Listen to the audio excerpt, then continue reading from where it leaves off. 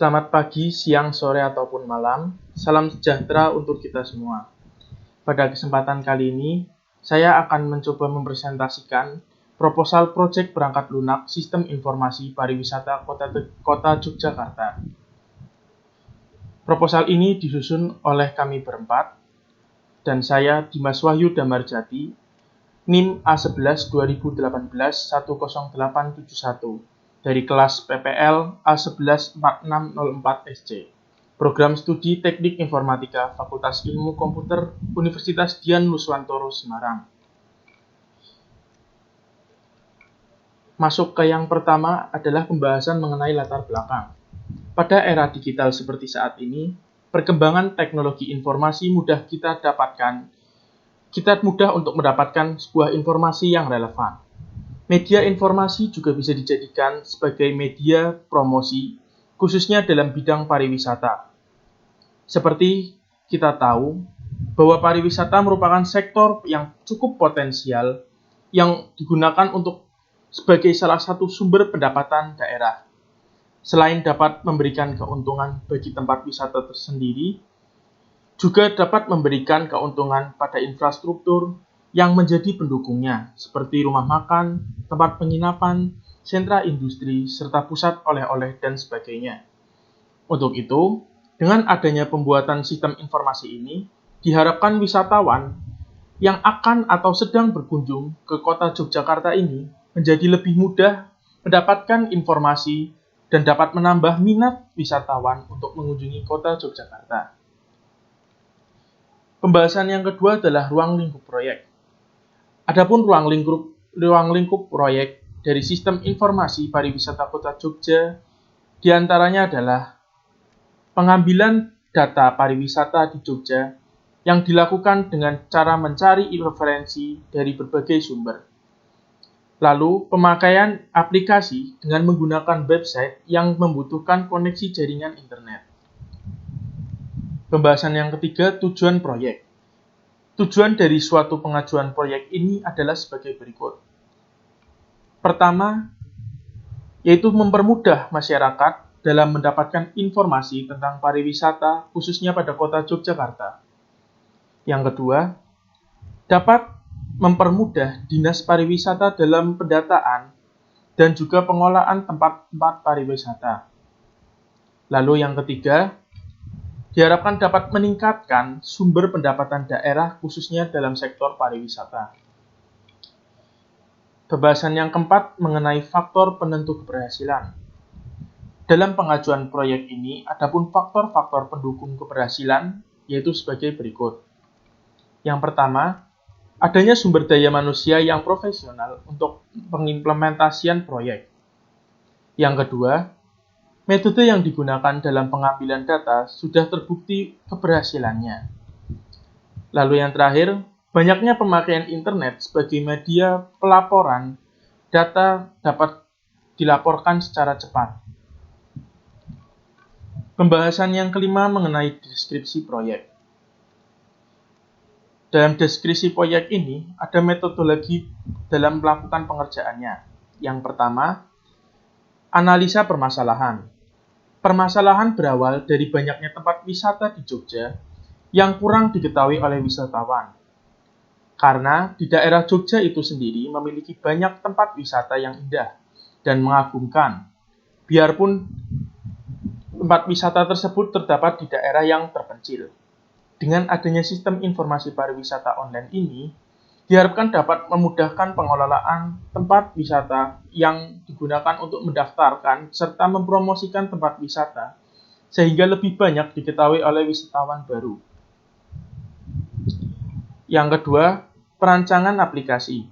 Pada tahap ini dilakukan perancangan dengan mengumpulkan data dan informasi yang ada di daerah Yogyakarta. Selanjutnya, akan dilakukan analisa perancangan aplikasi yang meliputi beberapa fitur yang akan digunakan di dalam sebuah sistem yang akan kita bangun. Selain itu, juga menentukan fungsi dari fitur-fitur tersebut sehingga sistem menjadi efektif dan berfungsi dengan baik sesuai dengan fiturnya. Lalu yang ketiga adalah pembuatan aplikasi. Pembuatan aplikasi ini diawali dengan pembuatan diagram-diagram perencanaan aplikasi guna mempermudah perancangan database dan pembuatan tampilan pada aplikasi. Pembuatan database ini digunakan untuk menyimpan data-data yang akan diinputkan ke dalam aplikasi. Pembuatan aplikasi, baik secara back-end maupun front-end aplikasi, dalam tahap ini dibarengi dengan tahap testing dan juga debugging. Melakukan final testing dan juga debugging, serta melakukan tahap penginstalan terhadap aplikasi. Yang berikutnya adalah implementasi. Jadi setiap informasi mempunyai beberapa komponen. Di antaranya adalah, yang pertama adalah hardware. Hardware ini difungsikan saat pembuatan database informasi pariwisata dan sebagai sarana saat sistem informasi pariwisata dijalankan. Yang kedua adalah software. Software sebagai tempat sistem dioperasikan atau bekerja yang didukung juga oleh hardware. Lalu berikutnya adalah input. Input sebagai masukan bisa berupa tempat wisata yang akan digunakan ke dalam sistem informasi pariwisata tersebut. Lalu yang terakhir adalah output. Output di sini sebagai keluarnya atau berupa informasi tentang tempat wisata baik lokasi maupun hal-hal lain yang berkaitan dengan tempat wisata tersebut. Pembahasan berikutnya mengenai konsep sistem informasi pariwisata Kota Jogja. Di sini dicatat ada 5 poin. Yang pertama, terdapat website yang berisi katalog kepariwisataan daerah Jogja yang berfungsi sebagai promosi wisata dan juga infrastruktur kepariwisataan. Lalu yang kedua, dalam web katalog kepariwisataan tersebut, pengelolaan tempat wisata diberikan akses untuk mempromosikan usahanya secara gratis. Selain itu juga, dapat mengedit iklan setiap saat baik harga produk, tampilan, maupun event-event yang akan diselenggarakan. Lalu yang berikutnya adalah pengelolaan tempat wisata dapat login sebagai admin untuk pengelolaan promosi tempat wisatanya. Lalu pengelolaan tempat wisata tersebut melakukan pengisian formulir yang disediakan secara online secara berkala. Data tersebut akan langsung masuk ke dalam database dan secara otomatis diolah menjadi format laporan serta gambar grafiknya. Data yang masuk ke dalam laporan tersebut akan ditampilkan di dalam website Sistem Informasi Pariwisata Kota Jogja untuk dokumen baik berbentuk soft copy atau bentuk file maupun secara hard copy atau bentuk cetakan. Lalu pembahasan berikutnya mengenai uji coba aplikasi. Setelah aplikasi selesai dibuat, perlu dilakukan sebuah uji coba untuk mengetahui kemungkinan terjadinya kesalahan yang tak terduga pada saat perancangan aplikasi. Proses uji coba ini dilakukan pada aplikasi yang telah selesai mendapatkan implementasi script program. Lalu ada pengaplikasian dan perawatan. Setelah selesai melakukan uji coba dalam ruang lingkup kami, maka akan dilakukan uji coba lapangan dengan mengaplikasikan program ke dalam lingkup user atau vlogger. Lalu pembahasan berikutnya mengenai rincian biaya. Rincian biaya di sini adalah rincian biaya sementara yang kami buat dalam satuan jutaan rupiah. Adapun rincian biayanya, di sini ada bulan, lalu di sini ada biaya pengadaan. Biaya pengadaan ini melewati pengadaan hardware maupun software yang kami catat di sini senilai 12 juta. Lalu ada server. Pengadaan server di sini kami catat 200.000 pada bulan awal, lalu bulan berikutnya 20.000 dan bulan seterusnya 20.000. Lalu di sini ada software, ada pula jaringan yang kami isi di sini 50.000. Lalu berikutnya adalah biaya tenaga kerja. Selanjutnya ada biaya total pengadaan. Lalu yang kedua ada biaya proyek. Biaya proyek ini meliputi biaya tenaga ahli, seperti tenaga ahli untuk membuat front-end designer yang kami catat di sini adalah 500.000 dari setiap bulannya. Lalu ada sistem analis yang kami catat 300.000. Quality assurance yang kami catat 350.000. Lalu ada back-end web developer yang kami catat harga 500.000, biaya 500.000. Jadi ada total biaya proyek di sini senilai 1.650.000. Tahap desain sistem. Biaya pembuatan sistem sendiri di sini kami catat 200.000.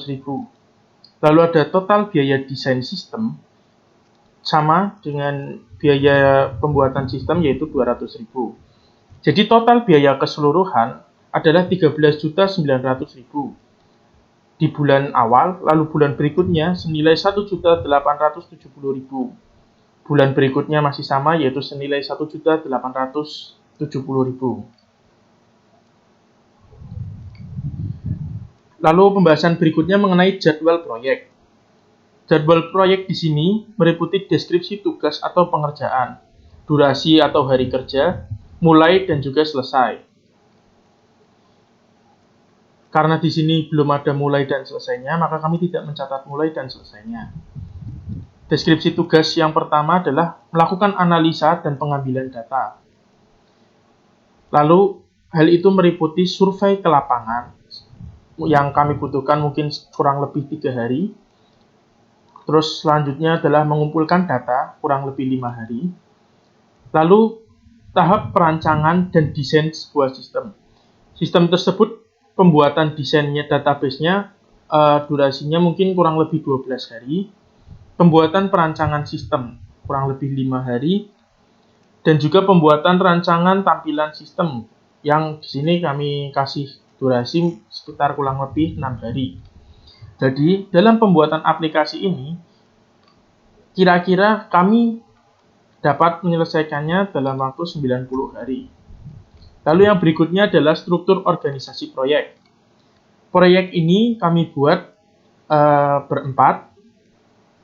Jadi di sini ada Sophie yang melakukan atau mempunyai jabatan sebagai sistem analis. Lalu ada Karisma Bayangkara Pratama sebagai front-end designer.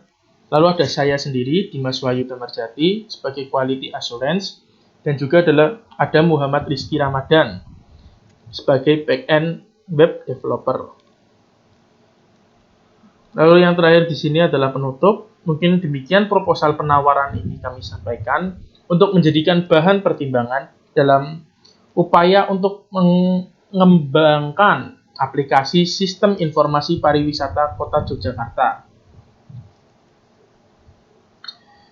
Kami sangat mengharapkan paket layanan yang kami tawarkan ini dapat bermanfaat secara optimal sesuai dengan harapan bersama.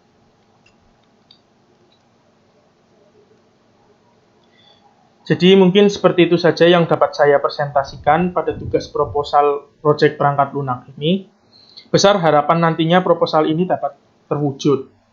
Mungkin sekian presentasi dari saya, kurang lebihnya saya ucapkan terima kasih dan juga mohon maaf bila ada salah kata ataupun kekurangan dalam penyampaian proposal ini.